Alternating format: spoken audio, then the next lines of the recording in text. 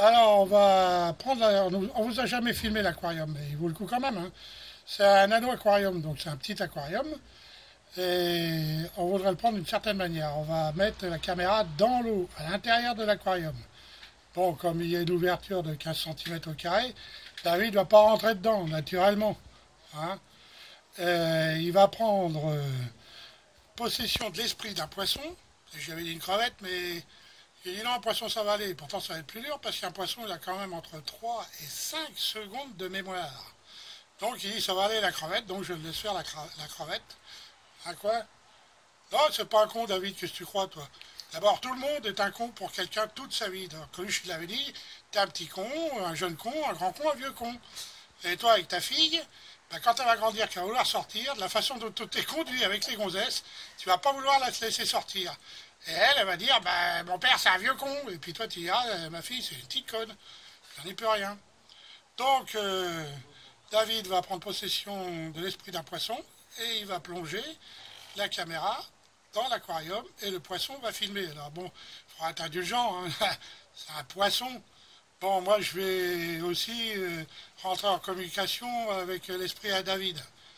Alors arrête de te mettre des boules caisses parce que je sens que l'autre là derrière il va raconter un tas de conneries. Bon, David, quand tu veux, tu plonges. Hop, ça y est, ça se passe pas trop mal, hein. Voilà, voilà, c'est bien, hein. Bah, ah, tu vois que c'est possible, hein. Et l'autre il est toujours en train de dire quelque chose.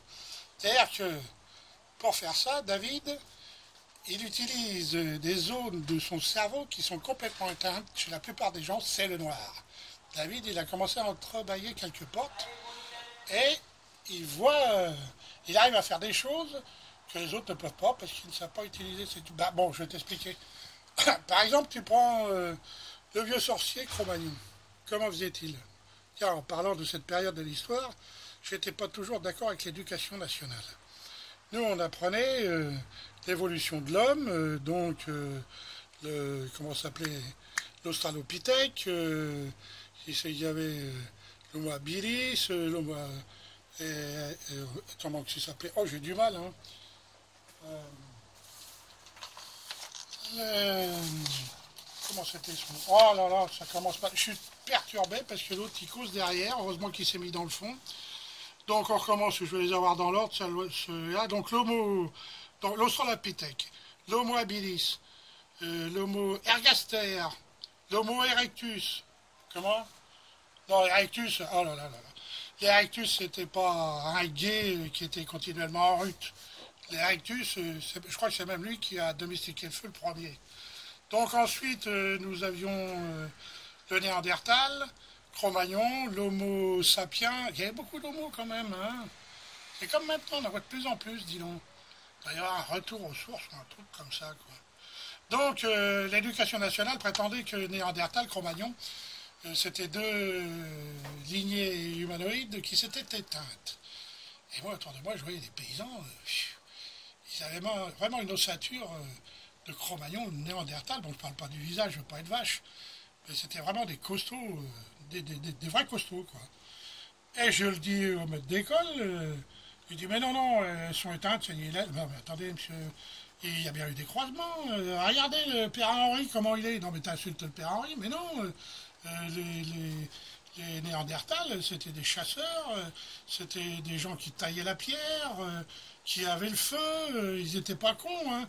Vous, même avec vos bouquins, vous foutez dans la forêt, vous ne seriez même pas capable de reconnaître une trace de sanglier avec une trace de mouton. Alors, hein, bon, ben, allez, dehors, et puis tu resteras une heure de plus après les cours ce soir. Alors, à chaque fois, j'étais puni quand j'ouvrais ma gueule. Mais il faut savoir que on prétend maintenant que le Cro-Magnon on est une lignée du Cro-Magnon et que le Néandertal, il s'est quand même croisé avec les Homo sapiens.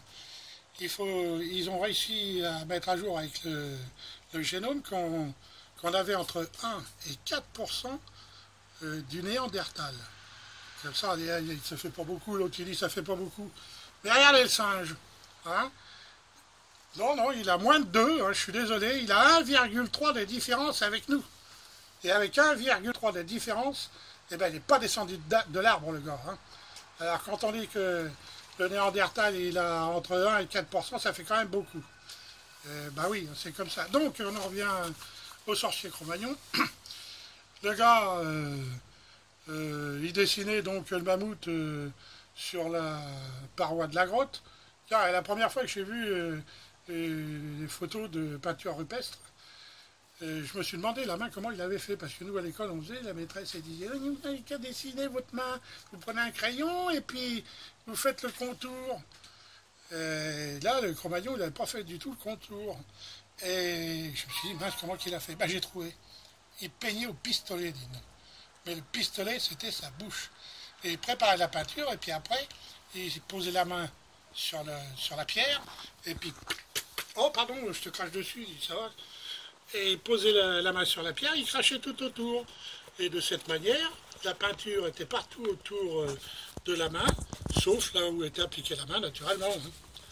Donc, le Cro-Magnon, il dessinait le mammouth sur la paroi de la grotte, il étalait un peu de crotte de mammouth un peu partout par terre, il avalait 2-3 champignons hallucinogènes, et là, il rentrait en communication avec l'esprit du mammouth, comme David est en train de le faire avec le poisson. Et il posait une question. Es-tu en marche? Et l'esprit du mammouth répondait, ouais, je suis en marche. La troisième lune, je serai dans la vallée des 3 chênes. Donc le vieux sorcier Cro-Magnon, il n'avait plus qu'à dire à ses chasseurs, bon les gars, troisième lune, il faut que vous soyez prêts, les mammouths arrivent. Ah ouais, parce que si tu pas de mammouth, il n'y aura rien à avoir à bouffer pour l'hiver. Le Néandertal Depardieu, il allait se retrouver Néandertal, comment ça s'appelait, Pierre Richard, hein. Il allait perdre du lard, le gars. Il ne faut pas l'oublier. Hein. Et donc, ils chassaient leur mammouth comme ça. Et on a tout perdu à cause de quoi? Bon, de la religion. Je le dis franchement, on a tout perdu à cause de la religion. Avant, nos ancêtres n'étaient pas des très bons chasseurs, donc ils étaient un peu plus charognards que chasseurs. Et quand un ancêtre il mourait, bon ben, il mangeait un petit bout, quoi. Il faut les comprendre. Hein. Bah si, monsieur, tu connais pas l'histoire. Il y a toute la famille néandertale là qui est autour de la table, et puis il y a une petite fille en train de pinailler dans son assiette là. Elle trie les légumes, de la viande, tout, et puis le père il commence à s'énerver, il dit bah tu n'aimes pas ta grand-mère? Bah oui, mais c'est normal. Bon après, un jour, il y a grand-père il meurt, dites donc. Et puis le petit-fils, il dit à son père, je pense toujours à grand-père. Ah, il commence à se dire, c'est bizarre, oui, il doit rester quelque chose. Et la question, pourquoi est arrivée? Oui, pourquoi ça fait beaucoup de dégâts? Là, les bon, quand ils sont petits, ah, yo, papa, pourquoi il y a des étoiles dans le ciel? Ah, yo, papa, pourquoi la rivière elle coule toujours du même sens? Oh, bah, va voir ta mère, hein. Ah, bah, yo, papa, et pourquoi quand le facteur vient, il s'enferme toujours dans la chambre avec maman? Bon, bah, attends, reste là, je vais aller voir ta mère, là. Donc, la question pourquoi, a fait beaucoup de dégâts. On ne savait pas, mais il fallait trouver une réponse. La réponse, elle était là, c'est tout, il est mort, on n'en parle plus. Et donc ils ont dit, bon, on va commencer peut-être à enterrer nos ancêtres, les protéger un peu des bêtes sauvages. Donc ils enterraient l'ancêtre, et puis il y a les grands-pères qui venaient de mourir, et puis ils continuent leur chemin après l'avoir enterré, ils font demi-tour, je ne sais pour quelle raison, et ils arrivent, le trou était ouvert. Et le corps de l'ancêtre n'était plus là. Ah, c'est sans doute qu'une bête sauvage l'avait ramassé, elle était partie bouffer ailleurs, hein. C'est possible. Mais là, ils ont encore posé la question, pourquoi il n'est plus là dans le trou? Et c'était l'automne. Il y a les feuilles qui tombaient en virevoltant. Il y en a un qui prend une feuille, il saute dessus. Ah, bah t'as vu, elle s'envole. Bah tu vois, le corps à papy, bah, il est parti au ciel. Et ça a commencé. Là, ils ont monté tout ce qu'il y avait de beau sur terre. Ils l'ont monté au ciel. Le paradis au ciel. Monsieur. Tout est là. Et tout est dans ce gros problème. Et un jour, il y a un mec, un pèlerin, là, qui se balade dans le Sinaï, et puis il voit le mont... Comment ça s'appelait, là, dans le Sinaï, c'est qui est monté sur la montagne, là, machin... Hein?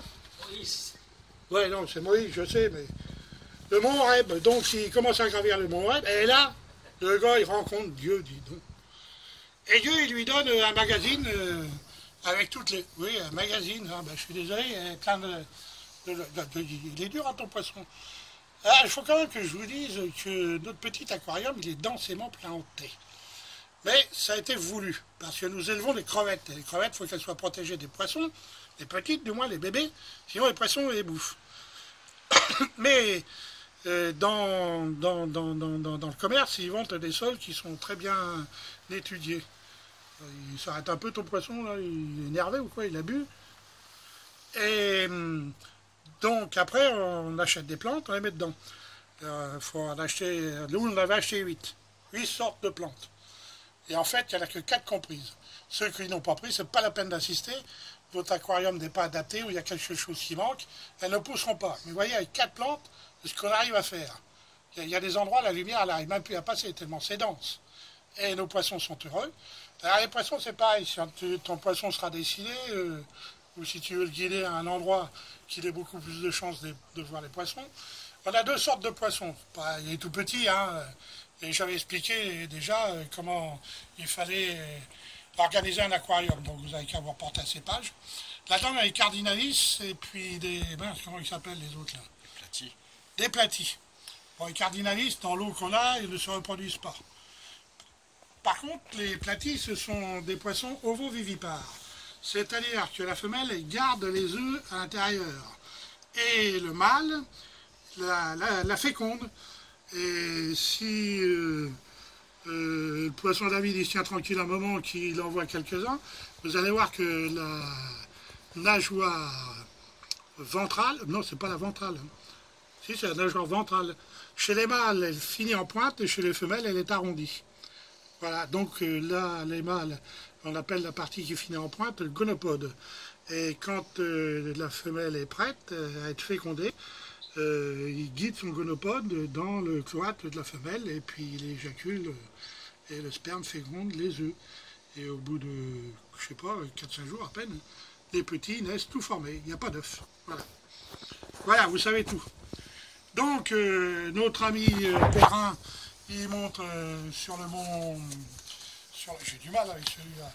Horeb, et là, il rencontre Dieu. Dieu lui file un magazine avec toutes les lois que les hommes doivent respecter pour, soi-disant, vivre en paix. Mais la religion a tout détruit.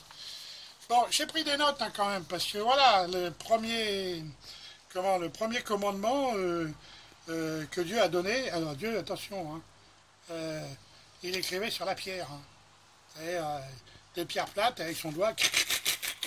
Ah, ils sont beaux, regarde, ils sont beaux nos poissons. Hein. Et donc, le premier commandement que Dieu a dicté donc à notre pèlerin, je vais vous le dire là parce qu'il faut que je lise, hein, tu adoreras Dieu seul et tu l'aimeras plus que tout. Vous voyez, c'est assez neutre. Ça paraît, c'est pas agressif, c'est calme quoi. Il n'y a pas une imposition de quelque chose. Mais la religion, c'est autre chose. Alors elle a tapé dans la butte ferme. Et elle menace la religion catholique. Son premier commandement, le voilà. Tu n'auras pas d'autre Dieu que moi. C'est bien personnel, attention, fais gaffe. Hein. Je suis le Dieu. Hein. Dans le premier commandement sur les pierres, c'était pas comme ça. Hein. Ensuite, il vous met, tu ne feras aucune idole. C'est-à-dire que les Portugais, là, votre... comment il s'appelle, votre joueur, là, portugais, ça, comment il s'appelle, Ronaldo. Ronaldo, c'est pas la peine de le mettre en photo dans votre chambre et puis de vous proster là-dedans. Hein. Ou les vieux, là, avec Johnny Hallyday, c'est pareil, hein, c'est pas la peine. Hein. Donc, c'est bien... Oui, oui, monsieur, vous pouvez rigoler. Hein. Voilà, du reste, ils le disent plus loin. Tu ne te prosterneras pas devant ces images pour leur rendre un culte. Car moi, le Seigneur, ton Dieu, je suis un Dieu jaloux. Alors ça, je vais vous dire. Ça, j'ai du mal à l'avaler. Parce que sur le catalogue de Moïse, que Dieu a donné à Moïse, on voit le 10e commandement. Tu ne désireras pas injustement le bien des autres. C'est-à-dire, si tu désires le bien de quelqu'un, c'est qu'il te fait envie, ce bien. Donc, tu es quand même, quelque part, jaloux. Hein? Alors là, dans le premier commandement, c'était bien dit, la jalousie ne doit pas exister. Et maintenant, les catholiques, ils l'ont foutu dans le truc. Et c'est pas fini. Vous allez voir un petit peu. Alors, alors, chez ceux qui me haïssent, je punis la faute des pères sur les fils, jusqu'à la 3e et 4e génération.